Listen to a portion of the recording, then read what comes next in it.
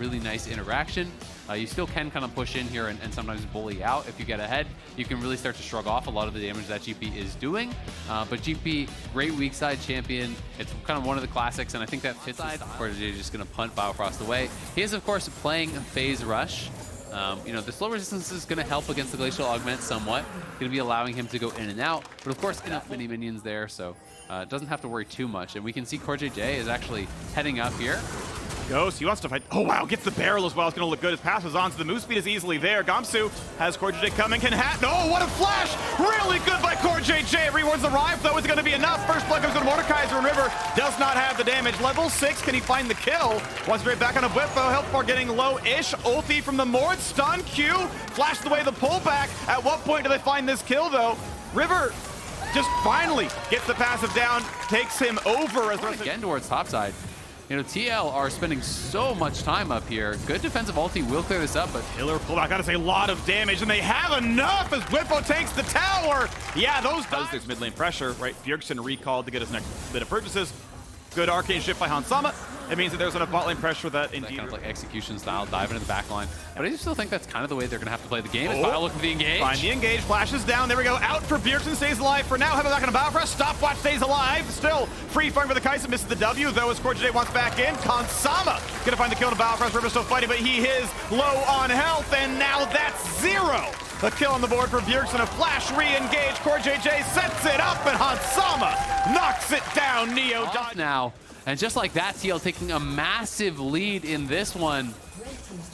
Biofrost had a strong initially. FTX still gold, looking pretty good on the TL side. I mean, this was close. This was 1,000 gold. It's 4x that now.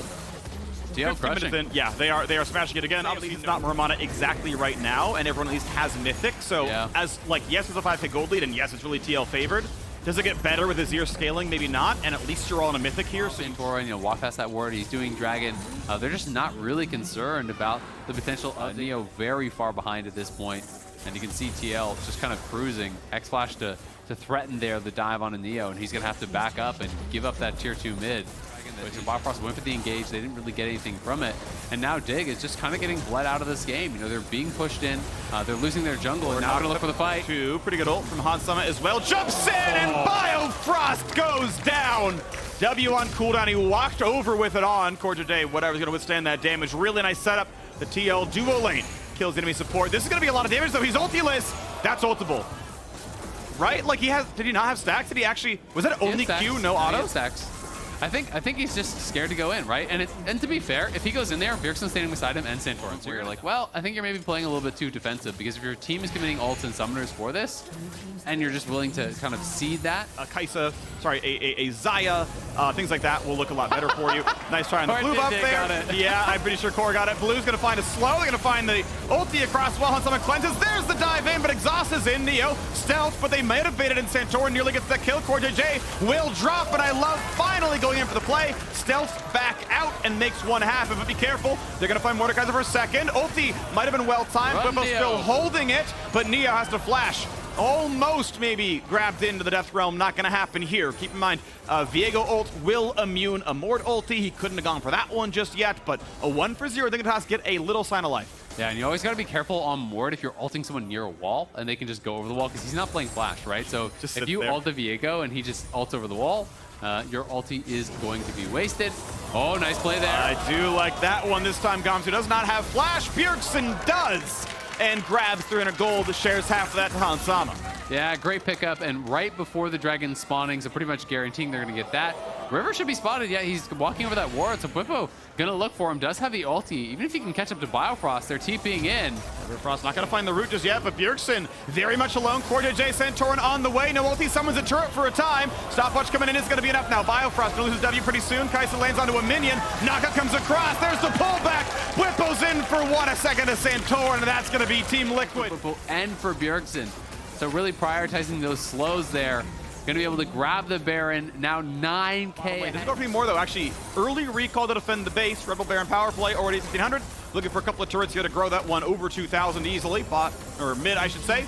Going to be pretty much a freebie. And here comes the top side look now as well. Bwipo getting plenty of damage. Bjergsen the same. Will there be an engage? Charm not bad in the core. Actually has to ult away onto Alistar. Makes them a relatively easy target later on in this fight. They can't get much more done. Inhibitor down to the top side. Mid going to be hard to defend.